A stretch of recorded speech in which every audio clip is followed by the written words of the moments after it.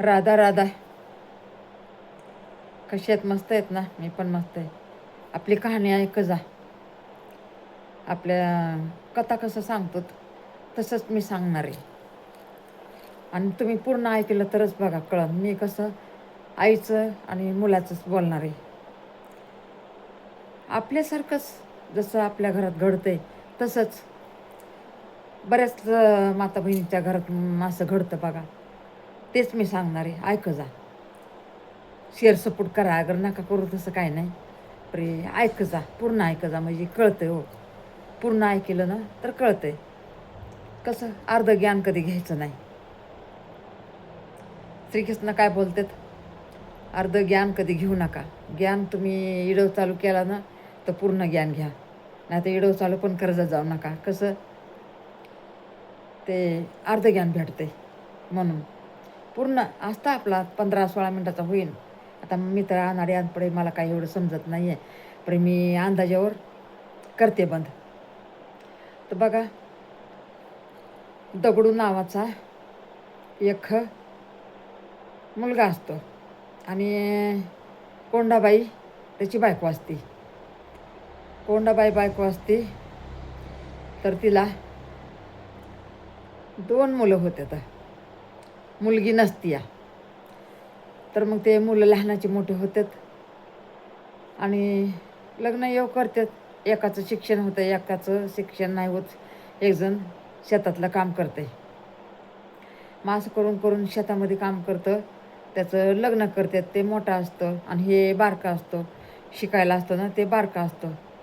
मग असं करून करून मग मोठ्याचं लग्न केलं. मोठ्याचं लग्न केल्यावर झालं त्याला लेकरू बाळ झालं, मुलगा झाला, मुलगी झाली. मग आता आईवडील म्हणायला लागले, आता ह्या पोराचं लग्न करायचं आहे. दुसऱ्या गौतम नावाचं पोरगं होतं, त्याचं लग्न करायचं आहे. तर मग म्हणले आता हे शिक्षण एवढं झालं आहे, बायको पण शिकलेलीच करायची. हे मायबाप तर म्हणले आपली अनाडी अनपड बायको करायची. ते म्हणतं नाही नाही, मी एवढं शिक्षण माझं झालेलं आहे, मला बायको शिकलेली करायची.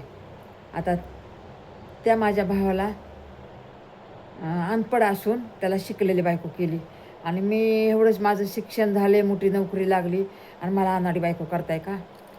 बरं म्हणले, नशिबापुढं कुणी गेलं आहे का? नाही गेलं ना मग येते त्याला. गरीब घरातल्या येतात, श्रीमंत घरातल्या येतात, परी त्याला मुलगी पास नाही व्हायची. मग मुलगी पास नाही व्हायची तर मग श्रीमंत घराण्यातली मुलगी एक पास झाली.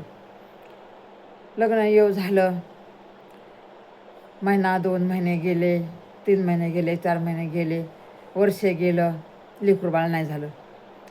दुसरं वर्ष लागलं तरी सासू सासरे काहीच नाही बोलायचे. म्हणायचे बाबा जेव्हा होईन तेव्हा होईन, ते कोणाच्या हातामध्ये आहे? लेकरू ह्याचं काय आपल्या हातात आहे का? देवा परमेश्वराच्या हातात आहे, देवाच्या हातात आहे. आपण कोण? तर मग आजूबाजूवाले सारखे बोलायला लागले. आता 1-2 वर्ष झाले की कसं आता कुणाला होतं आहे लेकरू, कुणाला नाही होत, कुणाला उशिरा होते, कुणाला लवकर होते. त्याच्यामध्ये काय असते? कुणाला ह्याच्यात राग थोडा आहे, ते आपल्या हातात नाही, देवाच्या हातात आहे. तर मग असं करून करून तिला 2 वर्षाच्या नंतर दिवस गेले. दिवस गेल्याच्या नंतर तिला झाली एक मुलगी. मुलगी झाल्यावर मग खुश झाले, मुलीवर पण खुश झाले. म्हणले काय ना काय झाले ना, कळना कोंडा काहीतरी आपलं देवाने दिलं आहे ना, दुसरा होईल मुलगा. झाली मुलगी तर काय झालं, लक्ष्मी आली आपल्या घरामध्ये. बरं, मग असं करून करून झालं ते लेकरू 1-1.5 वर्षाचं झालं. आणि मग त्या गौतमनं पगार आणला आणि बायकोच्या हातात दिला. आणि पहिला आईच्या हातात देत होता. तर आई म्हणली नको, आमच्यावर जिम्मेदारी नको, आम्हाला आता होत नाही. पैसे आणा, ठेवा, करा, सामान आणा, राशन आणा, घेणं देणं तुम्हीच करायचं. आणि शेतातला मुलगा तर ते कसं काम करायचं, आईच्या हातात पैसा आणून द्यायचं. काय पण गहू ज्वारी इकली, समजा कोणचं बी धान्य इकलं तरी बी आईच्या हातात आणून द्यायचं. मग असं करून करून बायकोच्या हातात पैसे द्यायला लागला. तर बायको घ्यायची पैसे. पैसे आले की देवापुढं ठेवायचं. देवा पडले मग 2 दिवसांनी घ्यायचे. काही एवढी पैशाची गरज लागत नव्हती. ही शेतामधला काम करत होता मोठा मुलगा, तर त्याची कमाई चांगली होती. म्हणून शिने त्यांच्याच पैशावर घर चालायचं. ह्याचे पैसे बँकेला ठेवायचे ह्याच्या बायकोच्या नावावर. मग असं करून करून झालं 2-4 वर्ष झालं.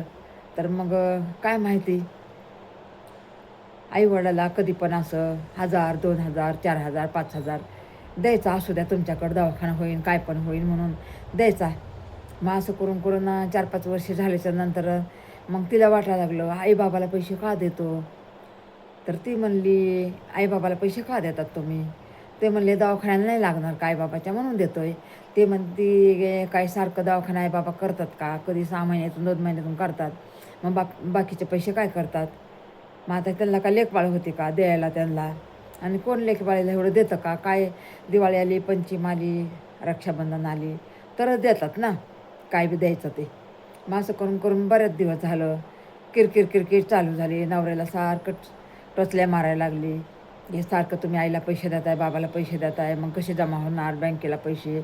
आपल्याला गाड्या घ्यायच्या, बंगल्या घ्यायचे, जमा करायचं. आपल्या लेकराचं भविष्य नाही बदलायचं का, आपल्या लेकराचं भविष्य नाही बघायचं का, असं सारखं म्हणायला लागल्याच्या नंतर मग तिला काय वाटलं असं तर काय आपला नवरा ऐकणार नाही, आपण काहीतरी चालायला पाहिजे. चॅप्टर होती ती पण शिकलेली होती. शिकलेली पोरगी आहे म्हणून काय फुकलेली थोडी असते. चॅप्टरच असते ना. एखादी पोरगी असते की बाई सासू सासरे नंदा बाळा दीर बाहे समजून घेणारी 10मध्ये एखादी मुलगी असते. मग त्या मुलीनं तिला वाटलं आता असं तर आपला नवरा ऐकणार नाही, तर आपण काय करायला पाहिजे, काहीतरी आळ घ्यायला पाहिजे, आरोप घ्यायला पाहिजे काहीतरी. तर म्हणली आता काय आरोप घेऊ, काय आरोप घेऊ. आपले सासरे तर कधी पडलं तर उचलून ठेवतात. सोनं पडलं तरी आपल्या हातात आणून देतात. काही असलं तरी आपल्या हातात आणून देतात ना. आपण आरोप काय घ्यावा आता. तिला लय भानगड पडली. 2 महिने विचार करायला लागला तिला की आता आरोप काय घ्यावा. आपले सासरे तर लय इमानदार येतं, आरोप कसा घ्यायचा. तर मग म्हणली आता आपल्याला तर सासू सासऱ्याचा पैसा बंद करायचा आहे. कधी आपला नवरा 2-3 हजार 4,000 5,000 देते ते बंद करायचं. मग कसे बंद करायचे. मग तिला डोक्यात टूप पेटली तिच्या. म्हणली आता आरोप तर घेऊ वाटा नाही पण घ्यावाच लागणार आहे. तर मग काय केलं तिने, पगार आणला आणि देवापुढं ठेवला नवऱ्यासमोरच. आणि ते उचलून तिने रात्रीचंच ते आपल्या कपाटामध्ये ठेवले. तर मग सकाळी उठती लागली धिंगाणा करायला. अहो तुमचा पगार मी इथं देवापुढे ठेवला होता, कुठं गेले पैसे, तुम्ही घेतले का. ते म्हणला मी कधी घेतो का, मी एकदा पगार दिला तर मी कधी घेत नाही आहे. काय मी त्याच्यातून 4-5 हजार रुपये घेतो, पण मी जसा पगार येईल ना तसं तुझ्या हातात देतो, तू मंदिरमध्ये ठेवते. मग मधले पैसे गेले कुठं. तर मग पहिलेच मागितले होते त्याच्या आईबाबांनी. म्हणले आम्हाला तीर्थयात्रेला जायचं आहे, आम्हाला काहीतरी जास्त पैसे दे. ते म्हणले किती द्यायचे. तर ते म्हणला द्या म्हणले 20-25 हजार रुपये. आता एवढं लांब जायचं आहे, द्या 20-25 हजार. तर मग हे म्हणला बाबा जरा 4 दिवस थांबा, 4-5 दिवस थांबा, मग मी देतो तुम्हाला पैसे. माझा पगार आलेला तिच्याकडे देतं, तिला तर मागणार नाही, ती बँकमध्ये ठेवती तिला नाही मागणार. मग थांबा जरा, आता पगार आला आहे, माझा पगार आला ना पहिले तुम्हाला 20-25 हजार काढून ठेवतो आणि नंतर बाकीचा पगार तिच्या हातामध्ये देतो. बरं म्हणते तसं करा. तर मग असं करून करून पगार आणला आणि त्या बायकोच्या हातात दिला आणि ते बायकोनं आरोप घेतला. म्हणली इथं पैसे होते, म्हणली कुणी घेतले, जावानी नाही घेतले, दिरानी नाही घेतले, मी नाही घेतले, तुम्ही नाही घेतले, आईबाबांनी नाही घेतले, पैसे गेले कुठं, पैसे गेले कुठं. तर मग आता म्हणला हा बाबा पैसे गेले कुठं. आईबाबांनी विचारलं होतं, आईबाबाला काही एवढा दम नाही पडला का, आईबाबांनी घेतले वाटतं. ती म्हणते हां तुम्हाला मागितले होते ना, नक्कीच आईबाबांनी घेतले. ते म्हणला मित्र आईबाबाला देणार होतं ना, आईबाबा कसे घेतात. नाही म्हणली आईबाबांनीच पैसे घेतले बघा. आणि मग त्याला आला क्रोध. म्हणतो मी माझ्या आईबाबाला एवढा पैसा द्यायचो, 4,000 5,000 5-6 हजार पण द्यायचो, माझ्या आईबाबाने असं का केलं. आणि मग चाड्या चुगल्या म्हणल्या असंच करा. म्हणली मी कुठं पण पैसे ठेवते ना 100-200 तिथं नसते तर आईबाबाच घेतात असा आरोप घेतला. आरोप घेतल्याच्या नंतर मग त्याला आला की क्रोध. मग म्हणायला लागली आईबाबाला, मग मी राहणारच नाही घरामध्ये, त्यांना आपलं पाहुण्यांच्या घरी पाठवा, त्यांच्या भावाच्या घरी पाठवा, त्यांच्या बहिणीच्या घरी पाठवा. म्हणला असं कसं पाठवायचं, भावाच्या घरी किंवा बहीणच्या घरी किंवा पाहुण्यांच्या घरी काही 4 दिवसाचं आहे का पाठवायला? माझे आई बाबा कशी काय लोकांच्या घरी पाहुण्यांच्या घरी राहणार? नाही नाही म्हणला, मी नाही पाठवणार, घेतलं तर घेऊ जा. पूर्वी रोज लागली भरवायला, आता घर कसं चालणार? घरचं चालायला ते जावं दिरच चालवायचे ना. आता बँकेचं मग माझं 1 महिना कमी होईल, मग 1 महिन्याचं मला माझं नाव खराब होईल, माझं म्हणजे किरडे खराब होईल. 12 भानगडी जोडून सांगली. आईबाबांनी चुपचाप घेतलेच कसे एवढं भरून भरून भरून भरून भरून भरून डोकं भदेर केलं त्याचं.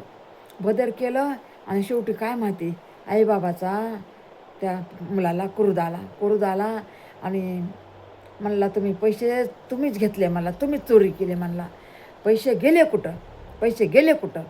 तुम्हीच चोरी केली. सारखं म्हणायले.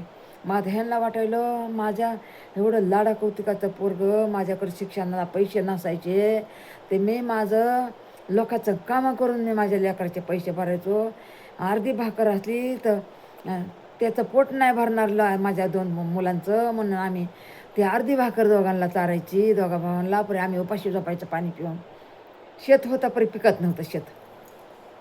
असे आम्ही दिवस काढले आणि आम्ही पैसे घेतले का? त्यांना लय वाईट वाटलं. आणि मग ते आईबापा उठले आणि रात्रीचंच निघून गेले. परी त्यांच्याकडं नुसती 1 भाकर पदरात बांधलेली, काहीच नाही, पैसा नाही, तुकडा नाही, काय नाही. मग आता काय करायचं? गेले चालत गेले. त्यांना गाडी भाड्याला पण पैसे नाही.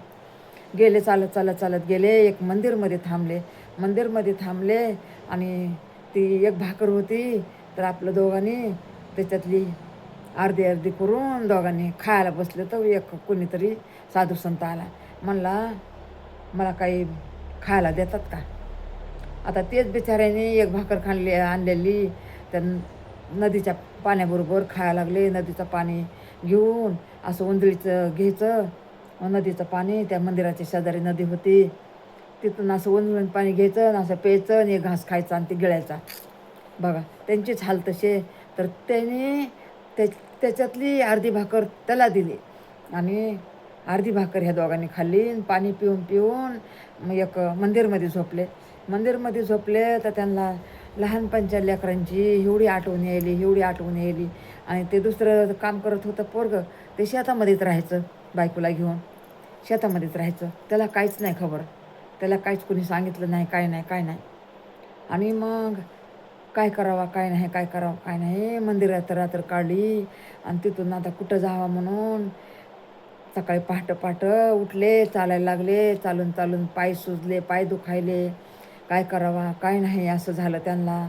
काय देवा टायम आला या, कोणत्या जन्मीचं हे आम्हाला सजा भेटली या. ते म्हणले, हां आमचं पण कधी असं घडलं असं ना, आमच्या त्याने पहिल्या जन्माचं असं ना आमचं, म्हणून हे आमच्या पोराच्या हाताने आणि सुनबाईच्या हाताने फेड करून घ्यायला लागले. तर म्हणले, जाऊ द्या म्हणले, आपल्या डोक्यावरलं पाप कमी होऊ द्या म्हणले. आता आपल्याला देवच रस्ता दाखवून, आता देवाशिवाय आपल्याला कोणीच नाही आहे. मग मंदिर सोडून चालत तेवढे गेले. पाय सुजतं, पायाला चप्पल नाही, काय नाही. मग असं करून एक अनाथ आश्रम आलं. लिहिलेलं होतं तिथं की अनाथसाठी, जे अनाथ आहे त्यांच्यासाठी इथं घर आहे, राहायची सुविधा आहे, खायची सुविधा आहे, सगळं असं त्यांनी वाचलं. आणि गेले आतमध्ये गेले. तर आता हे रडायला लागले तिथल्या लोकांना बघून, कितीतरी अवघड वाटायला लागलं. मग एक दुसऱ्याची कहाणी सांगायला लागले. तिथल्या मालकाला सांगितलं, आमच्याबरोबर असं घडलंय. पण चोरीचा आरोप आलेला नाही सांगितलं त्याने. चोरीचा म्हणले, आम्हीच निघून आलो तर आमच्या लेखावर सुनबाईवर राग म्हणले, लेखाचं सुनाचं कशाला आपण चाड्या चुगल्या करायच्या, मग त्यांच्यातून आपल्यात काय फरक पडला. मग असं करून अनाथ आश्रमवाल्यांनी त्यांना न्हावधव घातलं, त्यांना कपडे दिले दुसरे आणि खायला प्यायला दिलं. आणि मग तिथं आराम झोपले. बरी ते त्यांचे लेकरच त्यांच्या नादरापुढं खेळायलेली दिसायला लागली. लहानपणची याद यायली त्यांना मायबापाला. दोन्ही लेकराची म्हणले आता ह्या लेकरांनी तर आपल्यावर असं केलं, सुनबाईनं असं केलं, आरोप घेतला. परी माझ्या त्या दुसऱ्या भोळ्या बाबड्या लेकरांनी काय केलं, त्याच्यासाठी त्यांचा जीव झुरणी लागला. आमचं ते लेख किती धुंडलं आम्हाला, आमचा लेकाला कळलं तर आमचं लेख धरती आसमान एक होईल, असं त्यांना काय बी त्यांच्या मनात खेळायला लागलं. आणि आमच्या लेखाने बायकोचा विश्वास करून आम्हाला बोलले. आम्ही घर सोडून आलो. असं कुणाबरोबर घडायला नाही पाहिजे. जे आमच्याबरोबर घडलं आहे ते असं कुणाबरोबर देवा घडवू नकोस. आणि हे बघा मग तिथं अनाथ आश्रममध्ये राहिले. आणि हे बघते दुसऱ्या दिवशी तर हे नाही का एक गौतम बघतंय तर तिच्या बॅगमध्ये कशाला चावी घ्यायला का कशाला हात घातला तर ते 50,000 रुपये बायकोच्या बॅगमध्ये ती थप्पीची थप्पी दिसली. आणि असे पैसे घेतले तिथंच असं डोक्याला हात लावून खाली बसला. म्हणलं मी काय केले देवा, मी काय केलं हे माझ्या मायबापावर. मी माझ्याच बायकोनं पैसा घेतला आणि माझ्या मायबापावर आरोप आला. देवा परमेश्वरा मला माफ कर रे देवा, देवा मला माफ कर. हाणू घ्यायला, आपटू घ्यायला, गरबाडा लोळायला, दरवाजा बंद करून. आणि बायको म्हणते अहो तुम्ही आतमध्ये काय करायलात काय नाही. तर ह्याला काहीच नाही, दरवाजा वाजवायली बायको, ह्याला काहीच खबर नाही. बेहोश पडला की मी आमचा एवढा लाड कौतुक केलेल्या मायबापावर आम्ही एवढं अति केलं. देवा आम्हाला क्षमा कर, देवा आम्हाला क्षमा कर. आम्ही किती मोठं पाप केले. त्याला धरती आसमान एक झालं. माझ्या भावाला कळलं तर माझा भाऊ माझं काय करन. तर मग बायकोला बोलला नाही काय नाही, दरवाजा खोडला. आणि जे रस्त्याने पळायला लागला, धाव करत पळायला. आई बाबा कुठे आहेत तुम्ही, माझ्याकडून लय पाप घडले. आई बाबा माझ्याकडून लय पाप घडले. देवा मला क्षमा करा, देवा मला क्षमा करा. मी लय मोठं पाप केले बायकोचं ऐकून. देवा परमेश्वरा मला क्षमा करा, देवा परमेश्वरा मला क्षमा करा. असं करून पळायलाय पडत झडत आपटत झपटत. तोंडाला कोरड पडली त्याच्या. रात्रीपासून त्याने अन्न खाल्लं नव्हतं. त्याला वाटायला लागलं माझे आईबाबा कुठं गेले असतील, काय केलं असेल माझ्या आईबाबांनी. घाबरायला लागला, रडायला. सगळ्या रस्त्याने आपटत ह्या मंदिरमध्ये जा, त्या मंदिरमध्ये जा, ह्याला विचार त्याला विचार. कुणी बघितलं तर म्हणायचं ह्या रस्त्याने केलं, कुणी बघितलं तर म्हणायचं त्या रस्त्याने गेलं. त्या रस्त्याने जायचं, त्या रस्त्याला नसायचं, ह्या रस्त्याला जायचं, ह्या रस्त्याला नसायचं. त्याच्या नेत्राच्या धारा लागलेल्या, त्याच्या अंगाचा घामाचा लोंढा चाललेला, त्याचे पाये भाजायलेले. त्याला काही कळाना. देवा मी लय मोठं पाप केले, देवा मला क्षमा कर. मायबाप माझे सुखरूप असू दे, देवा देवा देवा देवा. असं परमेश्वराचं नामस्मरण करत पळायलाय. असं असतं हो माणसाचं, कसं असते हे बघा. काय बी असू द्या, बरे पैसे नसू द्या घरातले, काय पण नसू द्या, पण आपल्या सासू सासऱ्यावर कधी आरोप नाही घ्यायचा हो. आणि आरोप तर घेतला आणि त्यांच्या लेकाला सध्या बिचकून टाकलं, पापाचा धनी बनवून टाकलं त्यांच्या लेकाला. बघा की अशा एक हो मुली असतात. एखाद्या मुली येते तर घराचं स्वर्ग बनवते आणि एखादी मुलगी येते तर घराचं नरक बनवते. हे बघा बायांच्या हातामध्ये सगळं आहे. बाई काही बी करतीया. म्हणून हो मुलांनो, बायकांचं कधी ऐकत जाऊ नका हो. जेवढं चांगलं हे तेवढं ऐका. असं चाड्या चुगल्या मारते नंदा बाळाच्या, आई बापाच्या, ते कधी ऐकू नका रे मुलांनो. पापाचं घर बनते रे तुमच्यासाठी मुलांनो. बायकोचं ऐकून मायबापाला त्रास देतात, बायकोचं ऐकून वाईट वक्तं मायबापाला बोलतात. करू नका रे, ते लय पापाचा गळा भरते रे. तेवढं पाप करू नका. मायबापाने तुमचं लय केलेलं असते, मायबापाने तुमचं लाडकौतिक केलेलं असते, तुमची इच्छा पूर्ण केलेली असते. मायबापाने स्वतःच्या जीवाला खाल्लेलं नसतंय, मायबापाने स्वतःच्या अंगाला लता कपडा घेतलेला नसतंय. मायबाप मन मारते तुमच्यासाठी, मायबाप काय एक करत नाहीत रे तुमच्यासाठी. आणि मायबापाला कधी वाईट म्हणत जाऊ नका रे. मायबापाला कधी वाईट म्हणू नका. मायबाप वाईट जरी असले तरी त्यांना वाईट म्हणू नका, का त्यांचा हक्कच आहे. त्यांना चांगलं करायचं का वाईट करायचं. वाईट बी केलं तरी त्याच्यामध्ये तुम्ही सुखी राहा, आणि चांगलं बी केलं तरी त्याच्यामध्ये तुम्ही सुखी राहा. मायबापावर कधी दोष ठेवू नका रे मुलांनो. ते लय मोठं मोठं पाप घडतंय. देवासारखं मायबाप असतात रे. लई लाडाने सांभाळलेलं असते, लई लहानाचं मोठं केलेलं असते. गरिबीमधून किंवा पैसेवाले पण ते काही थोडा जीव लावतात का. आणि गरीब सध्या असले तरी नेत्राचा दिवा करून सांभाळलेला असते त्याने, हाताचा पाळणा करून सांभाळलेला असते त्याने. लई मोठं तुम्हाला लई मोठं स्वतःचं जीव मारून केलेलं असते रे मुलांनो. तुम्ही बायकोचं ऐकून कधीही कुणाला तर नाही हो, परी स्वतःच्या मायबापाला कधी दुःख देऊ नका रे मुलांनो. हात जोडून तुम्हाला विनंती करते, कोपरापासून हात जोडते, विनंती करते. आपले आईबाबा असते ते आपल्या आईबाबांनी लय केलेलं असते. आपल्या आईबाबांनी लय केलेलं असते. म्हणजे आईबापांनी एवढं दुनियाचे कामधंदे करून तुम्हाला मोठं केलेलं असते. जीव मारून तुम्हाला मोठं केलेलं असते. जीवाची नाही पर्वा करता तुम्हाला मोठं केलेलं असते. जीव आपला गहाण ठेवून तुमचं सगळं केलेलं असते. की मोठे लेकरं झाले तर आम्ही सगळं चांगलं करू, कोणाचं घेणे देणे हे ते आम्ही सगळं करू. त्यांच्या स्वप्नावर पाणी कधी ओतू नका रे. किती पण म्हातारे झालेत, सुरकुट्या पडल्या तरी त्यांची नफरत करू नका रे. त्यांचं हे बघा पाय धुवून पेले तरी त्यांचे कधी उपकार नाही विसरणार हो मुलांनो मुलींनो. माझी हीच विनंती आहे बघा तुम्हाला. मला लय बोलायचं आहे पण आता लय रात्र झालेली आहे, मी नाही बोलणार आता बघा. आणि ते मुलगा अनाथ आश्रममध्ये हुडकत गेला माफी मागायला मायबापाला, गळ्याला पडायला मायबापाच्या. ते मुलगा, आई बाबा मी लय माझ्या हाताने पाप घडले, तुम्ही मला माफ करा. बाळा म्हणला तुझ्यावर काही नाही आमचा राग, आमचा काही तुझ्यावर राग नाही. तुझा कसूर नाही आहे, तुझा कसूर नाही. आमच्यामध्येच काहीतरी कमी पडली होती की तुला सगळे संस्कार दिले, तुला सगळे संस्कार दिले. परंतु 4 दिवस घरात तुझी बायको नाही आली तर तिचं ऐकून तू आम्हाला चोर समजलंस. चोर नाहीत रे आम्ही, चोर नाहीत.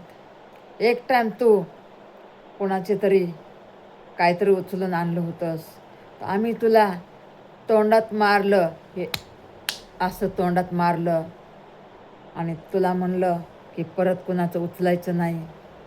हो बाबा मला कळलं की ते पैसे बघितल्याच मला कळलं बाबा. त्या टायमालाच मला धरती आसमान एक झालं आणि मी तुम्हाला हुडकीत इथपर्यंत आलो आहे. माझी बायको अशी धडधडा रडायली म्हणला की माझ्या हाताने लय मोठं पाप झाले. आई बाबाला तुम्ही कसं पण करून हुडकून घेऊन या, नाही तर म्हणले जिवंत राहणार नाही म्हणली. ती पण फसली हो, ती पण फसली. कसं माणूस आहे बघा घडीभर करायला जातं एक आणि दुसरंच होतं हो, दुसरंच होतं. म्हणून शिने ह्या बघा करायला जाऊ नका आणि दुसरं होऊ देऊ नका. ते मायबाप म्हणले आमचा काही राग नाही, आमच्या नशिबावर आमचा राग आहे, तुमचा आम्हाला काहीच राग नाही. परी म्हणला तुम्ही घरी चला. बरं राग नाही ना, घरी चला. नाही म्हणलं बाळा आम्ही आता घरी येणार नाहीत. आता आम्हाला इथं लई गणगोत भेटलं, इथं लई मुलं भेटल्यात, लई मुली भेटल्यात, आम्ही आता घरी येणार नाही, घरी नाही येणार म्हणला. तर हे बघा जे मालक होतं त्यांच्या पाया पडला, त्यांना घरी पाठवा. तरी पण त्या मालकाने सांगितलं तरी ते म्हणले आता नाही. एक टाईम मन तुटलं ना जुळत नाही लवकर, आणि आलो ना तरी पहिलेची जागा नाही भेटणार आम्हाला, पहिलेची जागा नाही भेटणार.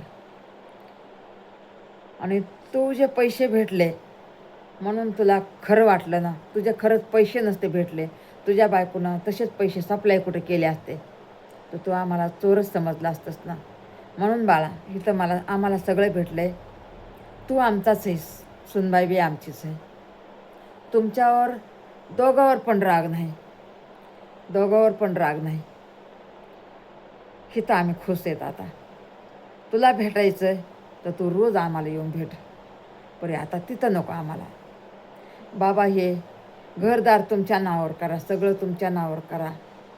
तुमची सुनबाई म्हणते या आम्हाला काही नको, तुमच्या नावावर करा, तुमच्या त्या दुसऱ्या लेकाच्या नावावर करा, आम्हाला काही नको, फक्त राहायला जागा राहू द्या आम्हाला. ते म्हणलं आम्ही आता जिंदगीत त्या घरात येणारच नाहीत.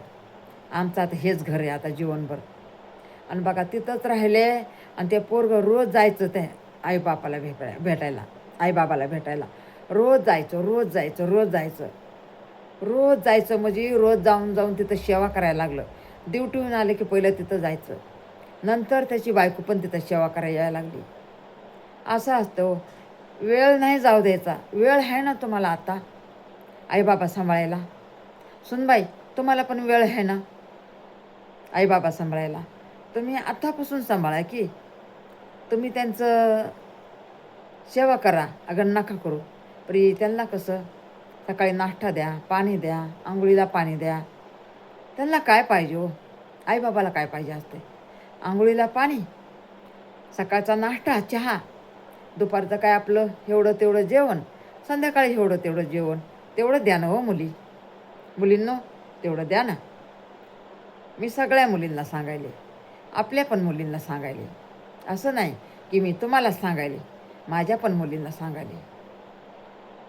हे बघा वेळ जाऊ देऊ नका. जोवर तुमच्या घरात आईबाबा आहेत ना, तुम्हाला कसलीच चिंता नाही, कसलीच काळजी नाही.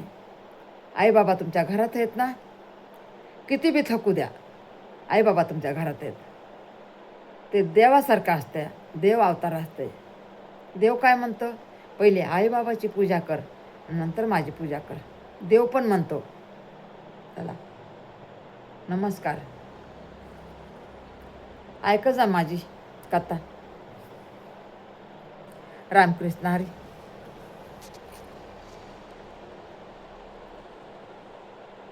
राधा राधा.